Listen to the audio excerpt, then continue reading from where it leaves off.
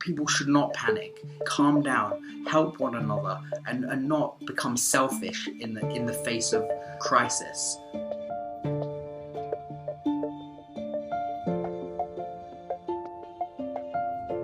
My name's Connor Reed. I'm in Wuhan, China, and I'm one of the first Brits to contract coronavirus. So it was the end of November that I first became sick, and during this stage, the first symptoms were just a common cold. And the problem with the common cold is you don't think it's serious.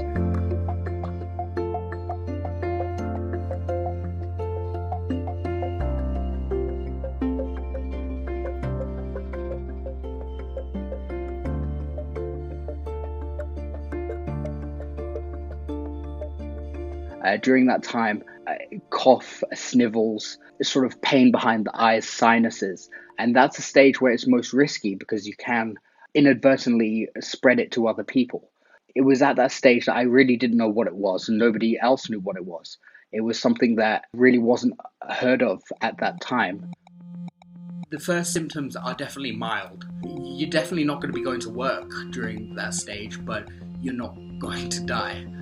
It's the second and third stages that are more serious.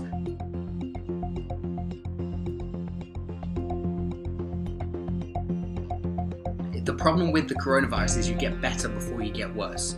So I got better from the cold, thinking I was getting better, and that's when it hit me and got worse. So from the common cold, I got hit with the flu. Now, people say, oh, just the flu. This was bad flu.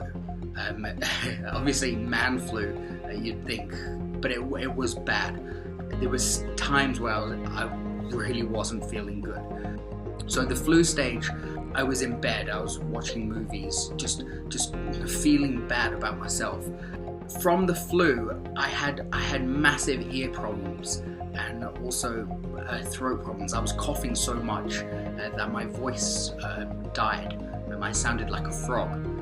Now this stage where I had the flu, it really felt like I'd been hit with a truck. It was difficult to move, difficult to do anything. Not only physical symptoms, but mental symptoms. It was a case of I just didn't want to do anything. It was debilitating.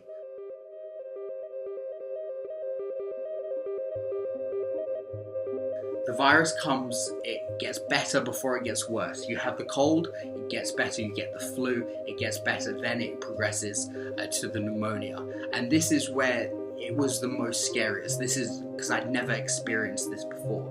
It felt like you were breathing through one lung through a paper bag. You get up to go to the bathroom and you're out of breath and you just can't get that full breath.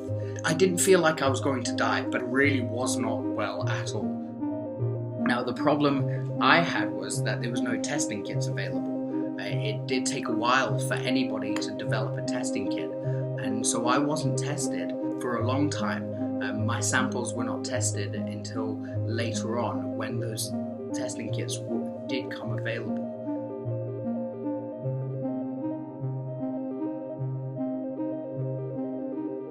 This is the last bit of Coke I have, and I'm not actually sure when I can get more.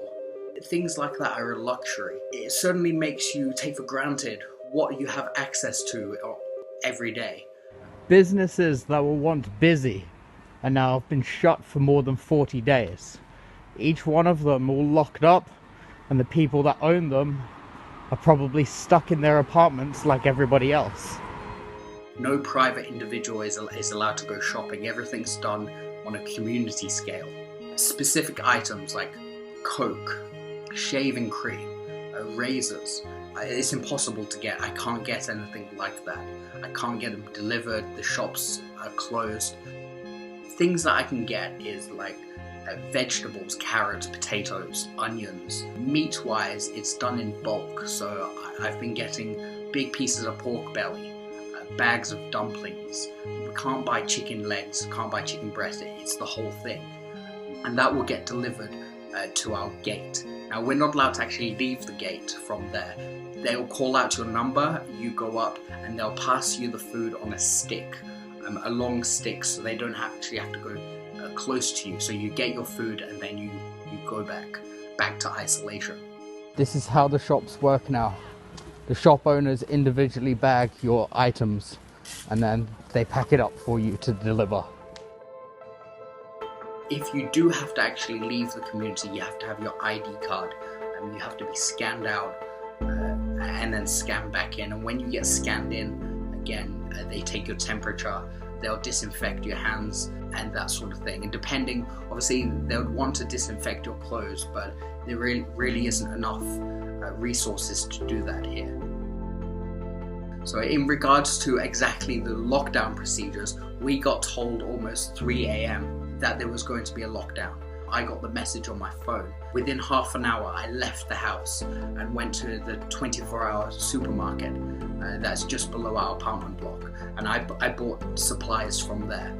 Luckily I did, because the next day it was packed. It was pandemonium. There was people everywhere trying to buy things. And that's probably one of the problems, is people panic, and people should not panic.